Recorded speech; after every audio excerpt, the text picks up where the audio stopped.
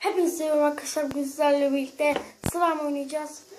Böyle videoların daha çok gelmesini istiyorsanız beğenmeyi ve abone olmayı unutmayınız. Başlayalım. Arkadaşlar slime açalım. Önce şu sesi bir dinleyin arkadaşlar. Aldığımdan beri oynuyorum.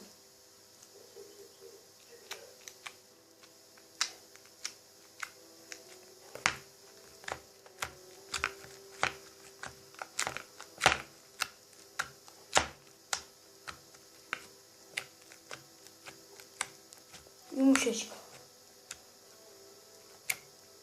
Arkadaşlar televizyondan ses gelebilirse kusura bakmayın. Televizyon açık.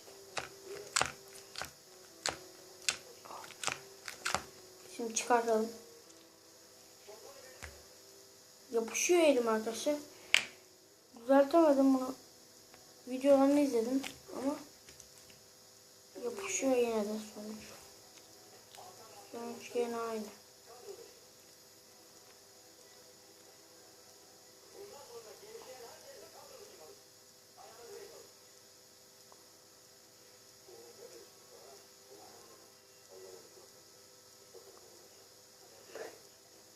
Hop hop hop hop.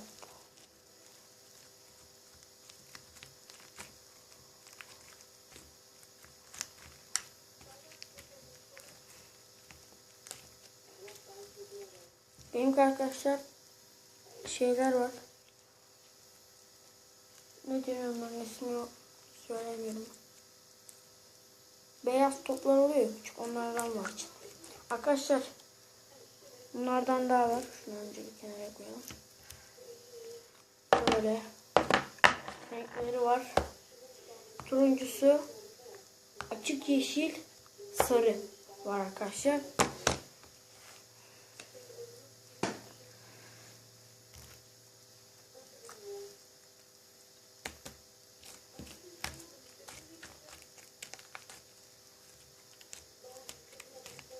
Küçük olduğu için bütün parmaklarımı şey yapamam arkadaşlar.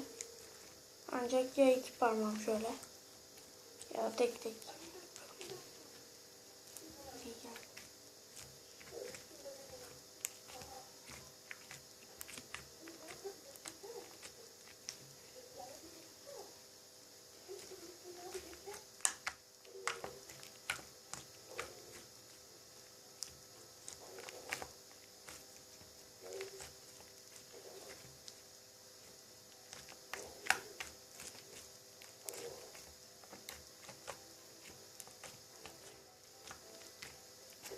Elime yapışıyor arkadaşlar.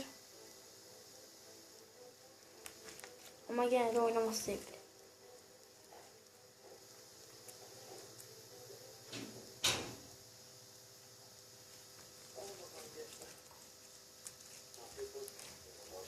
Evet arkadaşlar, burada bu videonun da sonuna gelelim.